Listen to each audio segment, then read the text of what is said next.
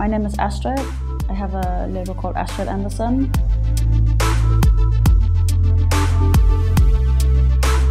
We do sort of sports-inspired fashion. We really want to dress guys in a relaxed but confident way.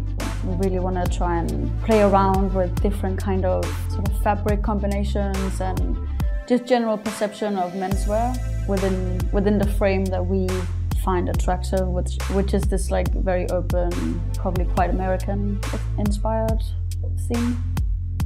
I think even just in my approach to design, there is some kind of Japanese appreciation that I can't even define. But it's like, actually Tokyo was the first one to get it. You know, they got that hybrid, and Tokyo was the first market to ever pick up my things. So that was the whole starting point for that spring summer.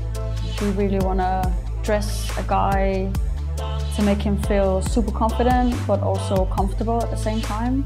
That's the look that we find interesting every season.